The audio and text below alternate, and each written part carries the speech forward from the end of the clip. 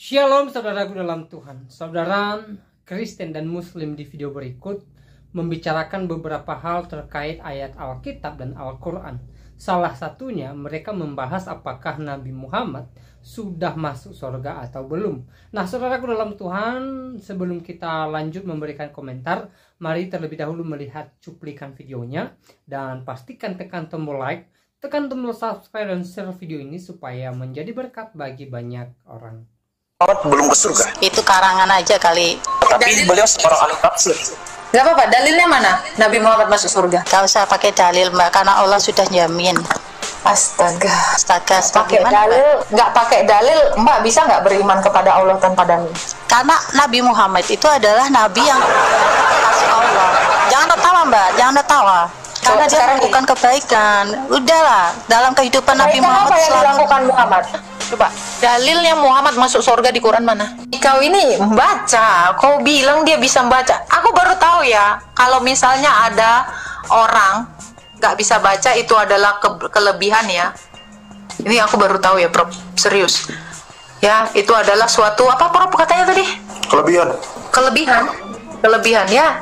Biar kita punya kelebihan, tolong kalian semua jangan ada yang membaca ya. Iya. Jadi kalau kalian misalnya orang di sini 600 orang tidak punya kelebihan, tolong jangan bisa membaca.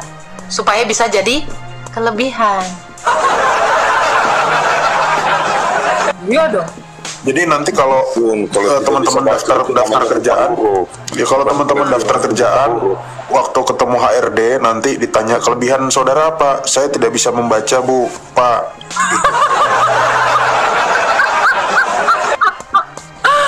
Astaga Tuhan.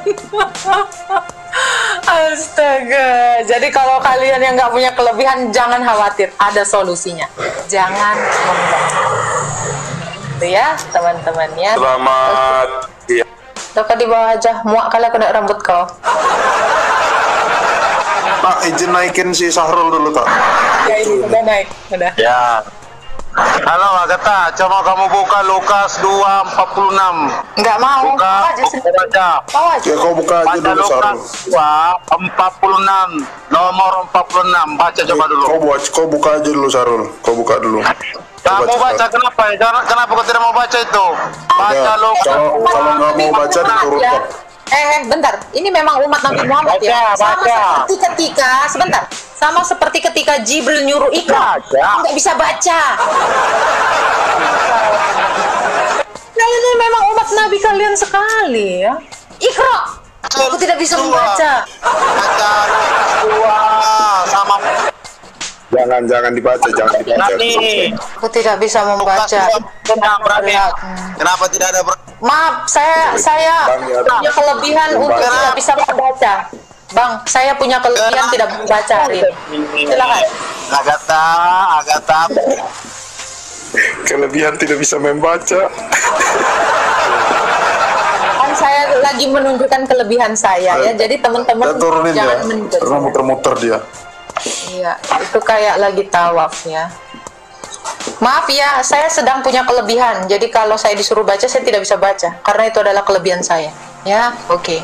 Oh, aku curiga ini adalah Yaya Waloni, Prof. Ini karena cewek, Yaya Wilona. Natasha dong. Halo. Nah ini. Oke. Terima kasih Kak. Boleh tanya nggak Kak untuk Kak Agatha? Silakan.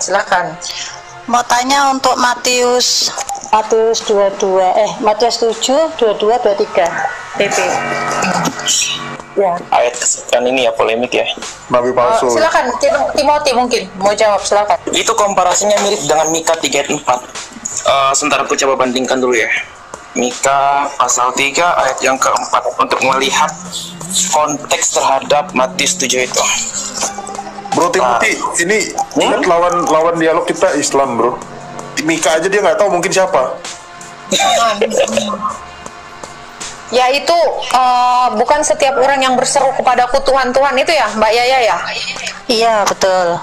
Ya itu untuk Itu dijelaskan. orang-orang yang mengajarkan ajaran sesat. Nah itu. Oh gitu. Jadi intinya maaf ya, saya bukannya untuk memprovokasi atau suasana jadi nggak baik. Jadi intinya di sini bahwa bila ada yang menyebutku Tuhan kelak, dia akan kuenyahkan ke neraka. Maksudnya gimana? Enggak, itu ayat 21 nggak dibaca. Bukan orang yang berseru Tuhan, Tuhan akan masuk dalam kerajaan surga. Yesus tidak mengkritik itu. Yang Yesus kritik adalah mereka cuma mengucapkan hanya dengan kata, tapi tidak dengan tindakan. Bukan cuma mengatakan Tuhan, Tuhan, tetapi lebih tepatnya adalah melakukan apa yang dikehendaki Bapakku. Nah, ini yang orang-orang lakukan pada masa ini. Mereka beriman dengan kata, tapi tidak dengan perbuatan. Makanya kalau kita lihat apa sih kehendak Bapa itu? Ya, untuk melihat sang anak, Yohanes 6 ayat 40, yaitu kehendak Bapa di mana semua orang untuk melihat sang anak. Melihat ini dalam arti mengimani akan Kristus dan mengikuti kehendak Kristus dalam tindakan dan juga ajarannya. Nah, jadi kalau dikatakan bahwa ini artinya untuk menyangkal Yesus itu sebagai Tuhan, faktanya Yesus tidak menyangkal itu. Karena yang disangkal adalah mereka hanya menggunakan dengan kata-kata saja. Apalagi konteksnya yang dalam Matius 7 itu ya, ayat 15 sudah jelas kok nabi-nabi palsu. Contohnya nabi-nabi palsu itu siapa aja? Banyak. Sekarang inilah kita pakai ini ya, pakai kekristenan yang ada sekarang ini. Bidah, kita katakan seperti itu. Saksi Yehova mengatakan itu Tuhan loh. Tapi mereka tidak mengatakan dia ilahi, karena kata Tuhan itu bermakna sama dengan kata Lord dalam pengertian penguasa. Ya, Islam kan Rob itu kan artinya juga penguasa kan, bisa manusia, bisa juga untuk Allah. Jadi kalau dikatakan untuk siapa aja, kalau modern ini, saksi Yehova mengatakan Yesus itu Tuhan. Mormon juga mengakui Yesus itu Tuhan, tapi konsepnya salah dan sesat. Bidat-bidat zaman dahulu, Gnostik, dalam bukunya itu ya, G.Ed Comgescui, Reinventing Jesus, mereka mengatakan Yesus itu ilahi dalam pengertian Gnostik, tetapi dia tidak memiliki posisi kemanusiaan. Menyangkal kemanusiaan Kristus itu juga salah, bidat. Nah, jadi kalau dikatakan untuk siapa, ya ajaran-ajaran seperti ini. Ya seperti itu ya. Yang memanggil Tuhan tetapi dia mengajarkan yang sesat itu Kak. Tadi contohnya itu SEC yang suka ngetok-ngetok pintu, manggil Tuhan tetapi dia tidak mengakui keilahian Yesus dan tidak mengakuinya kemanusiaannya sekaligus. Ini dengar ya Kak ya, saya bacain ya. Iya. Bukan setiap orang, bukan setiap. Jadi bukan yang sekedar ngomong Tuhan doang nih ya. Bukan setiap orang yang menyebutku Tuhan, Tuhan akan masuk ke dalam kerajaan sorga, melainkan dia yang melakukan kehendak Bapa di sorga. Nih, jadi nggak cukup hanya mengucapkan, tetapi harus juga melakukan. Contoh kayak Islam sendiri, ngaku Allah itu Tuhanku, tetapi maaf ya, dia membunuh, dia berzina, dia berbohong, menipu. Itu kira-kira masuk surga nggak, Mbak? Kalau dia tidak melakukan seperti itu dan bertaubah, insya Allah dia akan diampuni. Enggak, yang saya tanya, kalau dia mengaku Allah itu Tuhanku, tetapi dia tidak pernah sholat, membunuh, mencuri, berzina, ini masuk surga nggak? Wallahu a'lam bishawab. Ya udah, jadi nggak setiap orang yang nyebut Allah adalah Tuhan kan yang masuk surga, melainkan semua yang mengaku Allah itu adalah Tuhan itu masuk neraka. Maryam 71, betul? Maryam 71. Iya, jadi bukan setiap orang yang menyebut Allah itu masuk surga, tetapi yang menyebut Allah itu masuk neraka. Ya nggak, Prof? Begitu nggak sih itu ayatnya? Ya, betul. Iya, justru orang-orang yang memanggil Allah itu adalah Tuhan, Allah Subhanahu wa Ta'ala itu Tuhan, itu yang masuk neraka. Karena apa? Di Maryam 71 dikatakan, dan tidak seorang pun di antara kamu yang tidak mendatanginya, yaitu neraka. Hal itu adalah suatu ketetapan yang sudah ditentukan oleh Allah.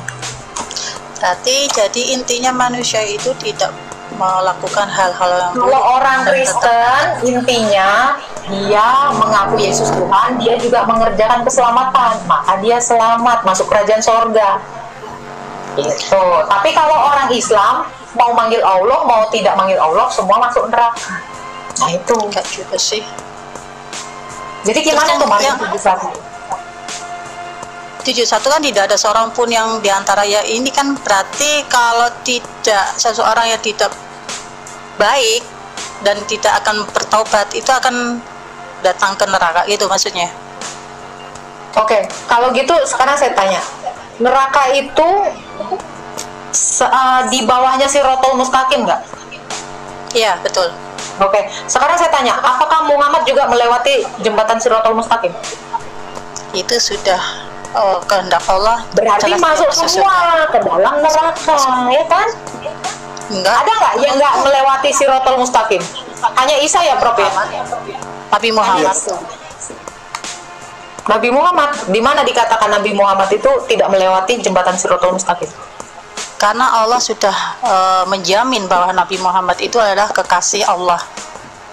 Menjamin kekasih kan belum tentu. Jamin Masuk surga? itu saya. Masuk surga. Allah sudah janji itu. Allah sudah janji itu. Saya percaya itu. Loh, itu kan janji. Apakah sudah terbukti? Enggak. Terbukti atau tidak, sudah Allah lakukan itu kepada Nabi Muhammad. Sudah atau janji nih? Kalau janji belum loh. Kalau sudah berarti udah terjadi. Sudah terjadi Allah. Allah dalilnya dan, mana? nggak usah pakai dalil, Mbak. Karena Allah itu sudah. Nggak usah cari dalil. Nabi Muhammad belum ke surga. Kepedean mendarah daging. Kata siapa Nabi Muhammad nggak ke surga? Profesor Quraisy Shihab itu pernah loh tahun 2016 atau tahun 2015 ya. Dia pernah mengatakan Nabi Muhammad belum ke surga. Itu karangan aja kali. Tapi beliau seorang ahli tafsir. Gak apa-apa, dalilnya mana? Nabi Muhammad masuk surga. Gak usah pakai dalil, Mbak, karena Allah sudah jamin.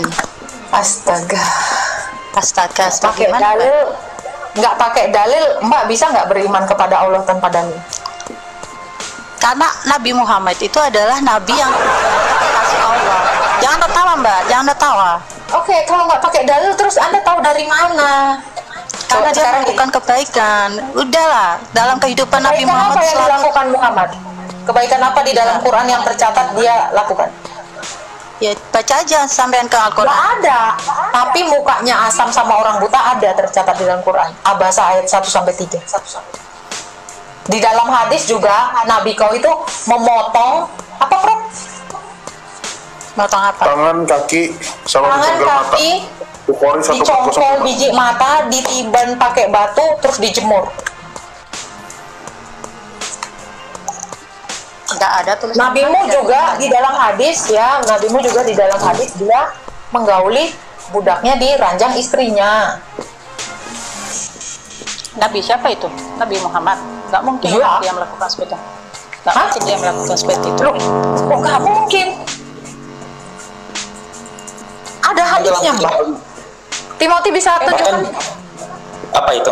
Oh, nanti aku cari ya. Tapi aku ingin nambah sedikit. Bahkan dalam kitab Al-Maghazi, Nabi Muhammad pernah menawan wanita Yahudi namanya Rayhana, dan dia mengatakan, kamu mau nikah sama aku atau kamu nggak nikah sama aku, ya aku akan tetap melakukan hubungan antara kamu dan aku, hubungan intim loh maksudnya. Itu ada dalam Coba tunjukkan untuk Pak Timothy dalilnya mana? Oke, sebentar ya. Yang nulis juga dari Khairul Anwar. Oke. Tuh, keluar semua lah ini kartu asnya. Perih. Khairul Maghazi. Bentar ya. Kayaknya ini Timothy asumsi. Tapi Abasa tadi Quran itu ada ya, Mbak boleh lihat baca di Quran sendiri ya. Ini kutipannya dari kitab Al-Waqidi Al-Maghazi Beirut Dar Al-Alami, halaman 521.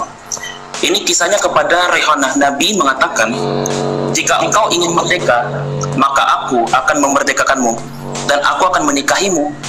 Itu akan dia lakukan. Namun jika engkau lebih suka menjadi budak yang aku miliki, dan karena itu aku dapat melakukan hubungan intim denganmu, maka aku pun tetap melakukannya. Ya, walaupun ini sebenarnya bertentangan dalam Taurat ya, karena Imamat 19 ayat 20, seorang budak itu tidak boleh dipaksa untuk melakukan hubungan intim kecuali dinikahi. Tapi ini dalam kitab Al-Waqidi Al-Maghazi, Nabi tetap menetapkan hubungan antara suami istri walaupun dia statusnya masih budak. Dan ini bukan karena konten loh, ini Khairul Anwar loh, ini Muslim Itu Daud ya. Bukan Al-Quran kan? Bukan ada di Al-Quran kan? Itu salah satu dalam sirah, itu dalam salah satu sirah Al-Maghazi. riwayat Nabi yang memiliki literatur sebelum itu. Kalau saya nggak salah, Bagas itu lebih dahulu daripada Sirah Nabawiyah. Timothy itu coba yang tadi itu motong tangan kaki ditiban batu dijemur. Aku cari dulu bentar ya. Aku cari itu kalau nggak salah. Apa Prof? Tadi siapa Prof? Yang saya tanyakan itu yang ada di dalam isi Al-Quran yang dijelaskan. Jangan terlalu Abasa. Saya Tapi nggak Mbak percaya tadi kalau- Muhammad, bener Mbak, Muhammad tadi masuk surga nggak ada dalil, hadis pun nggak ada. Lu aja nggak Kata punya siapa, data Mbak? tapi yakin loh. Saya Bagaimana itu yakin tadi? itu. Muhammad Saya masuk yakin surga itu? Masuk Mana surga yakin? itu. Mana Saya dalilnya? malah bersyukur. Kalau usah Dalilnya pakai mana? dalil, Mbak. Ini sudah janji Allah. Janji itu pasti tepat. Oke, kira-kira ya, Muhammad tadi udah berzina dengan budak, ya kan? Terus mukanya asem di Quran Abasa 1. Ini masuk surga juga ini, yang jahat kayak gini. Dalilnya mana, Mbak? Di Al-Quran ada nggak ditulisnya? Itu loh, Mbak. Itu Maaf ya, hadis saya kok. ngotot. Nggak punya dalil, Kalau seumpamanya Masuk surga Al-Quran, mana dalil? kalau Masuk Al-Quran surga mana menjelaskan, dalilnya? kalau Al-Quran menjelaskan itu dengan kelakuan Nabi Muhammad, umat Islam percaya. Tapi itu hadisnya nggak ada. Yang sampai ngomongin itu hadisnya nggak ada. Jadi jangan ngarang-ngarang gitu loh. Hei, Muhammad masuk surga mana dalilnya di Quran? Itu aja dulu. Buktiin dulu. Jadi saya nggak perlu mengeluarkan ini. Ya, coba. Dalilnya Muhammad masuk surga di Quran mana? Gitu aja. Kok malah yakin anak tak yakin. Coba. Mbak Yaya, di mana dalilnya Muhammad itu masuk surga di Quran? Coba. Ada di Bible 1928 nggak? Silakan. Coba. Mbak Yaya, ada nggak dalilnya, Mbak? Itu Quraisy Shihab ditolak ya tadi ya. Ini yang ngomong Quraisy Shihab aja Muhammad itu nggak di surga. Al-Hijr ayat 6 katanya. Duh, agak lain emang. Buka anak saya 3975. Aku mau nampilin nggak bisa loh. Pakai Sersen aku nggak bisa. Hadis riwayat An-Nasa'i 3975. Nabi Silakan ya dibuka ya. Silakan dibuka. Nabi mencongkel mata pencuri karena pencuri itu mencuri gitu loh. Bukan yang itu, yang dipotong tangannya itu loh. Bukhari. Itu tuh coba bukain Timothy. Bukhari 1405. Aku bisa buka, cuma kalau aku share, aku screenshot lalu aku nggak bisa. Baca aja. Lagi gangguan soalnya. Itu ya, ada hadisnya. Mbak Yaya. Itu. Jadi kalau Mbak kepedean nabimu masuk surga, kok nafsu banget dia masuk surga. Harusnya kamu nafsu loh, kamu sendiri yang masuk surga. Ini malah nabinya yang diyakini masuk surga. Silakan Mbak Yaya. Yang kedua nih, saya mau tanya nih mengenai Selamat siang. yang mengenai Nabi Isa itu turun, Anda mengatakan bahwa itu adalah Allah. Itu saya nggak setuju. Karena gini Mbak, itu ada di dalam hadis ya. Jadi gini ya, dalam agama kami, Tes. Nabi Isa, halo. Ada bro. Halo, jadi dalam agama kami, Nabi Isa turun untuk perangi Dajjal.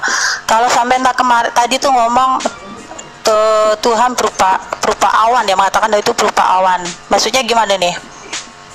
Bukan. Surah Al-Baqarah 110 itu Allah akan turun dalam naungan awan-awan. Itu berarti kan Allah itu menghukum umatnya yang ikut Dajjal. Bukan berarti itu Nabi Isa itu berupa Tuhan, bukan. Anggaplah begitu, anggaplah dia bukan Isa, tapi Allah itu betul-betul turun nggak secara zatnya? Allah turun nanti hari akhir. Allah turun secara zat ya. Allah turun secara zat ya. Tapi bukan berupa Isa lo ya. Kalau Nabi Isa ya Nabi ya. Oke, saya ikuti narasimu. Tapi yang jadi pertanyaan saya, apakah Allah secara zat itu turun? Turun. Oke, berarti Artinya? waktu itu arsnya kosong dong. Kosong maksudnya mereka turun. Enggak lah.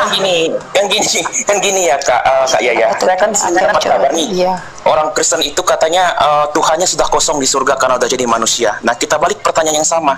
Kalau memang dalam Quran surah Al-Baqarah ayat 210 Allah turun dalam naungan awan, berarti ars yang diduduki oleh Allah itu tidak ada lagi Allahnya. Kosong dong ars itu.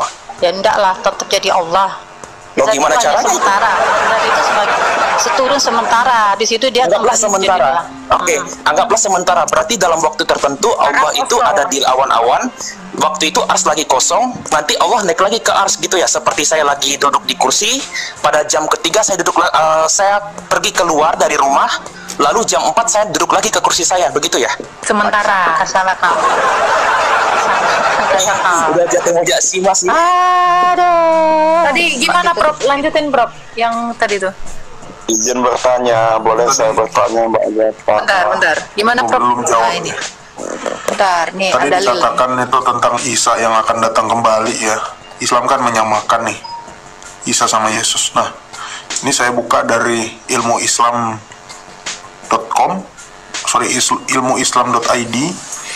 Sahih Muslim nomor 220. Teman-teman nanti bisa cek ya. Di sini diriwayatkan bahwa Isa bin Maryam ini akan datang untuk menjadi siapa? Baca. Imam Baca. yang adil. Nih, dari sini sebagai Imam yang adil. dan Hakim. nah, Hakim. oke. Sedangkan dalam, tolong dibacain tak? Riwayat Yunus sebagai hakim. Apa ini? Sebagai hakim yang adil. Nah, tapi di dalam Al-Baqarah ayat ini, berapa itu? Ayat berapa itu Al-Baqarah ayat berapa itu? nih, sebentar. Surah Atin, bentar Mbak. Sebentar. Atin. Nah, Atin tapi apa? di dalam sini nih 495 ayat 8. Kita. Dulu Ustaz lah, Jadi- Pak.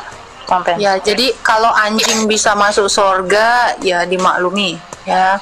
Karena anjing itu nggak ada dosanya ya, Prof.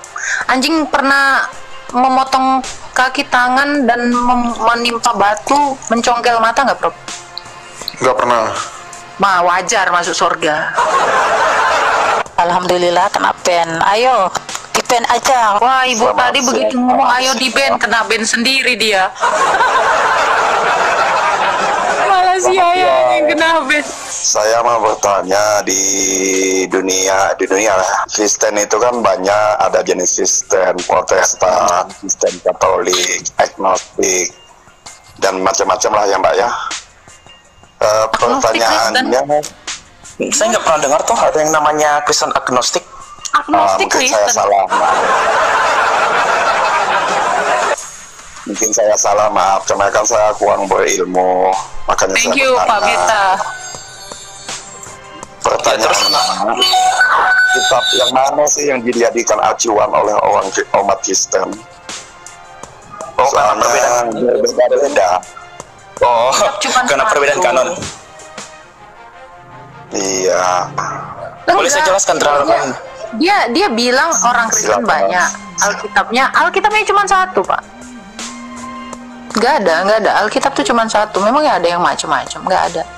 Tapi di Protestan, Iya, Perbedaan namanya Alkitabnya itu Katolik. sama. Alkitabnya semua sama. Kok emangnya ada yang beda? Kagak aku boleh teman jelasin saya aja. yang bilang, teman saya yang Jangan kan Katolik, itu, yang jangan itu, bilang beda. Timothy Jangan itu, jelasinnya Paul. jangan. Enggak, Timothy jelasinnya jangan yang tinggi-tinggi, ini nggak nyampe dia. Percuma, yang simpel. Ya udah, kalau nggak mau yang tinggi kita cari aja perbandingan. Dalam Islam pun juga Quran ada perbedaan loh. Bahkan kalau kita lihat data sejarah, Islam Khawarij itu menolak Quran surah Yusuf. Sebentar, kan saya tanya kitab dulu, Alkitab kalian.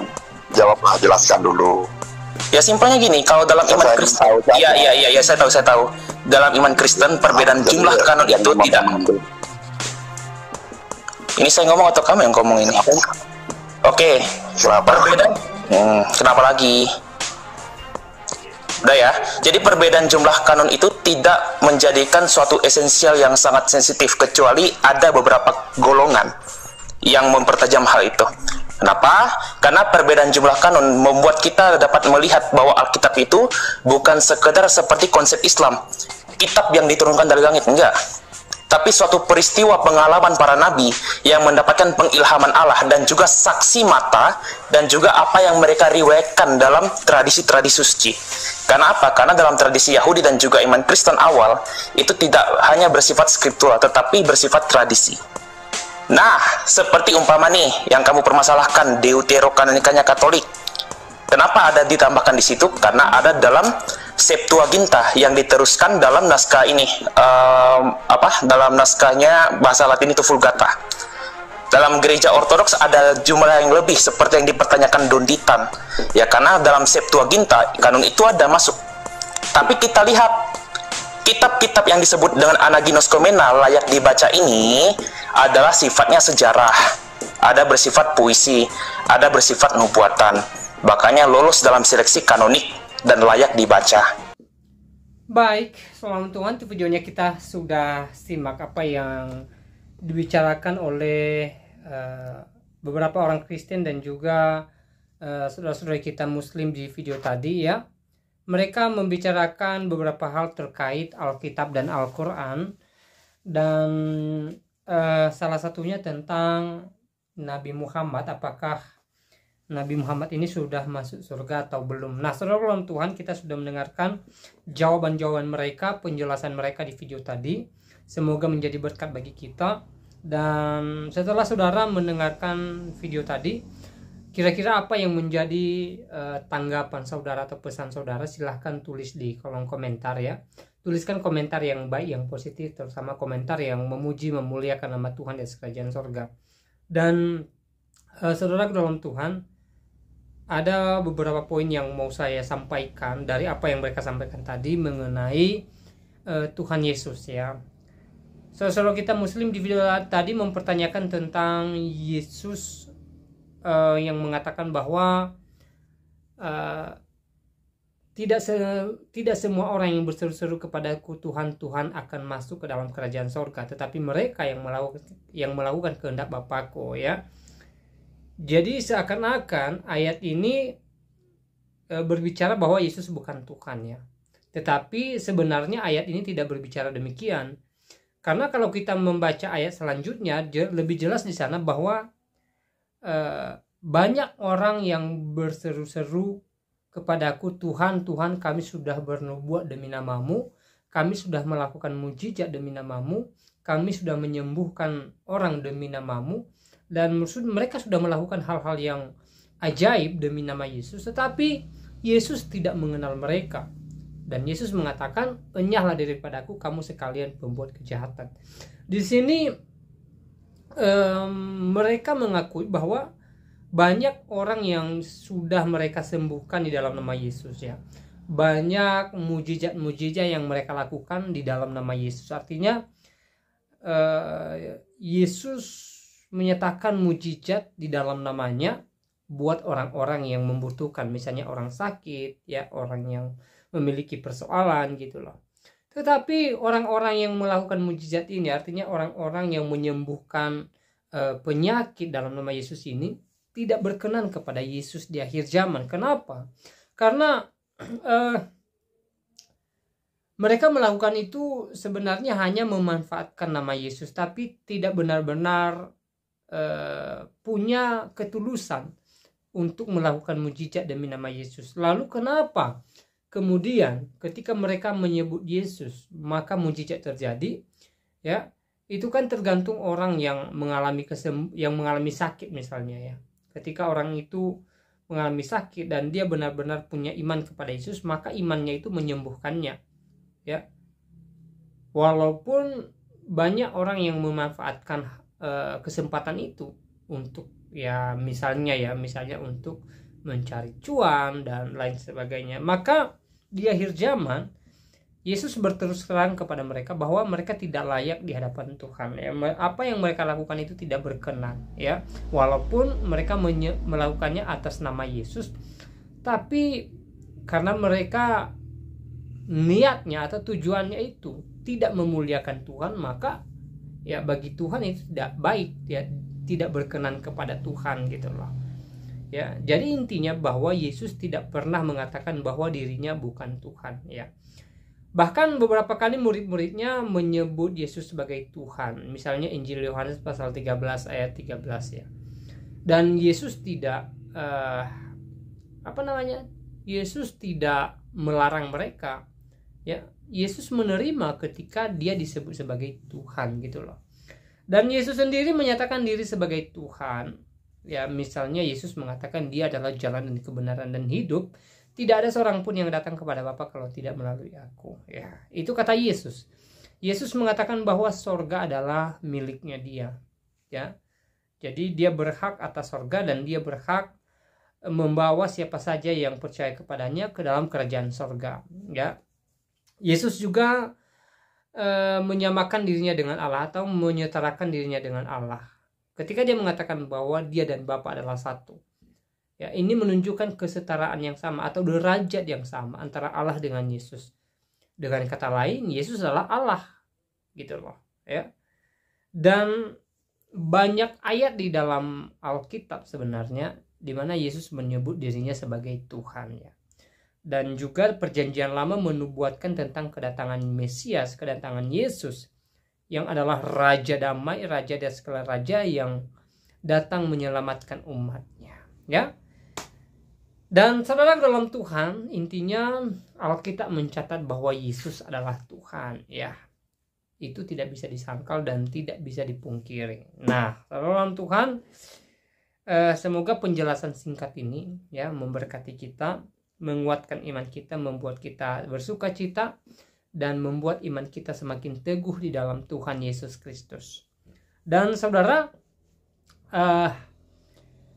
di kesempatan juga saya mau sampaikan kepada kita supaya kita tetap semangat dalam menjalani hari-hari kita, menjalani aktivitas kita, dan semoga kita tetap semangat dalam mengerjakan semua apa yang boleh kita kerjakan hari-hari ini dengan jiwa yang optimis, bahwa apa yang kita kerjakan hari ini akan membuahkan hasil yang baik ketika kita bertekun mengerjakannya. Dan hal yang lebih penting adalah kita berserah kepada Tuhan. Kita percayakan kehidupan kita kepada Tuhan. Kita percaya bahwa Tuhan ada bagi kita. Kita percaya bahwa Tuhan menolong kita. Kita percaya bahwa Tuhan menopang setiap kita. Kita percaya bahwa Tuhan ada di setiap momen kehidupan kita. Tuhan tidak pernah membiarkan kita tergeletak. Hal terpenting adalah kita senantiasa berserah kepada Tuhan. Kita senantiasa mengandalkan Tuhan dalam kehidupan kita. Sudah banyak contoh di dalam Alkitab. Bagaimana para nabi, para imam, bagaimana hamba-hamba Tuhan mengalami berbagai persoalan. Bagaimana hamba Tuhan diintimidasi. Bagaimana hamba Tuhan mengalami berbagai guncangan, tekanan. Namun saudara dalam Tuhan, ya, mereka berseru kepada Tuhan. Mereka menyerahkan persoalan mereka kepada Tuhan. Mereka percayakan Tuhan dalam kehidupan mereka. Dan apa yang terjadi? Tuhan bekerja. Tuhan berkarya dalam kehidupan mereka. Sehingga kemenangan demi kemenangan menjadi milik mereka. Dan mereka menjadi orang yang bahagia di dalam Tuhan. Begitu juga dengan kita. Kalau kita berserah kepada Tuhan, kalau kita mengandalkan Tuhan, kalau kita percayakan kehidupan kita kepada Tuhan, saya percaya bahwa, ya, pertolongan Tuhan tidak pernah terlambat bagi kita. Dan Tuhan tahu yang terbaik bagi kita. Dan pastinya yang terbaik bagi Tuhan menjadi milik kita. Dan yang tidak kalah penting adalah kita taat akan firman Tuhan. Sering saya sampaikan bahwa banyak orang yang merindukan berkat-berkat daripada Tuhan. Tetapi mereka tidak taat akan Tuhan. Mereka tidak taat akan firman Tuhan. Maka saya katakan pengharapan mereka, iman mereka adalah iman yang sia-sia. Hal yang terpenting adalah kita taat akan firman Tuhan.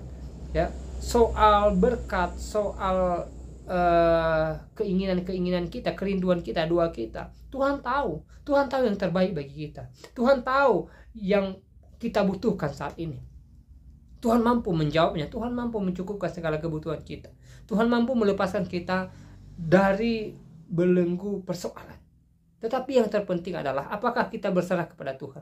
Apakah kita betul-betul taat akan firman Tuhan? Ya, itu penting saudara dalam Tuhan.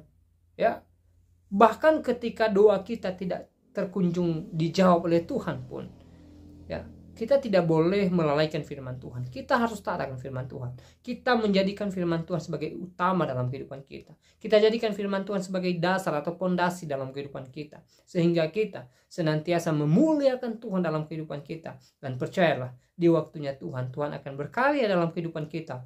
Memberikan yang terbaik untuk kita bahagia. Nah, saudara dalam Tuhan, semoga video singkat ini memberkati kita, menguatkan iman kita, dan kiranya Tuhan Yesus Kristus memberkati kita sekalian. Shalom.